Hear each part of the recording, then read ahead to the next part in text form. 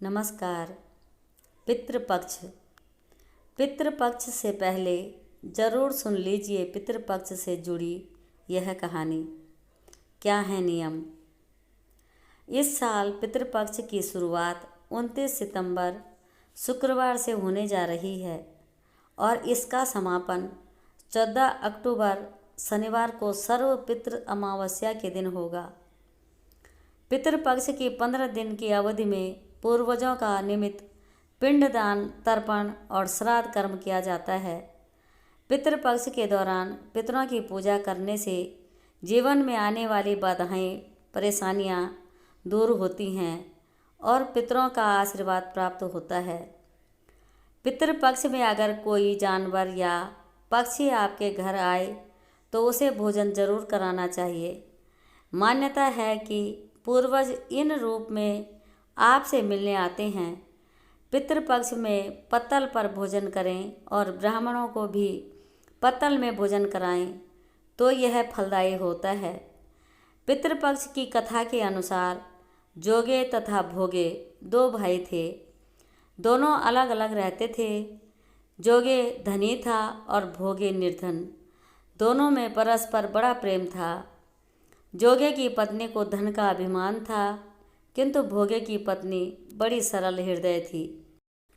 पितृपक्ष आने पर जोगे की पत्नी ने उससे पितरों का श्राद्ध करने के लिए कहा तो जोगे इसे व्यर्थ का कार्य समझकर टालने की चेष्टा करने लगा, किंतु उसकी पत्नी समझती थी कि यदि ऐसा नहीं करेंगे तो लोग बातें बनाएंगे।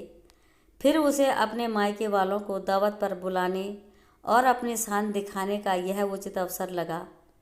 अतः वह बोली, आप शायद मेरी परेशानी की वजह से ऐसा कह रहे हैं, किंतु इसमें मुझे कोई परेशानी नहीं होगी। मैं भोगे की पत्नी को बुला लूँगी, दोनों मिलकर सारा काम कर लेंगे। फिर उसने जोगे को अपने पीहर न्योता देने के लिए भेज दिया। सांझ होने को हुई। भोगे के बच्चों को कुछ भी खाने को नहीं मिला था। उन्होंने माँ से कहा, भूख लगी है। तब उन्हें टालने की गरज से भोगे की पत्नी ने कहा, जाओ आंगन में हौंदी रखी है, उसे जाकर खोल लो और जो कुछ मिले बांट कर खा लेना। बच्चे वहाँ पहुँचे तो क्या देखते हैं कि हौंदी मोहरों से भरी पड़ी है। वे दौड़े दौड़े माँ के पास पहुँचे और उसे सारी बातें बताई। आंगन में आकर भोगे की पत्नी ने यह सब कुछ देखा तो वह भी हैरान रह गई। इस प्रकार भोगे भी धनी हो गया, मगर धन पाकर वह घमंडी नहीं हुआ। दूसरे साल का पितृपक्ष आया। श्राद्ध के दिन भोगे की स्त्री ने 56 प्रकार के व्यंजन बनाए, ब्राह्मणों को बुलाकर श्राद्ध किया, भोजन कराया, दक्षिणा दी। जेठ जेठानी को सोने चांदी के बर्तन में भोजन कराया। इससे पितर बड़े प्रसन्न तथा तृप्त हुए। पितृपक्ष में पितरों को प्रसन्न कर उनका आशीर्वाद प्राप्त करने के लिए 15 दिन तक जो कोई भी श्राद्ध कर्म करते हैं उन्हें इस दौरान बाल और दाढ़ी नहीं कटवाना होता है। कहा जाता है कि पितृपक्ष में बाल दाढ़ी कटवाने से धन की हानि होती है। ऐसे में जो लोग पितृपक्ष में पितरों के निमित्त तर्पण करते हैं उन्हें इस बात का विशेष ध्यान रखना चाहिए।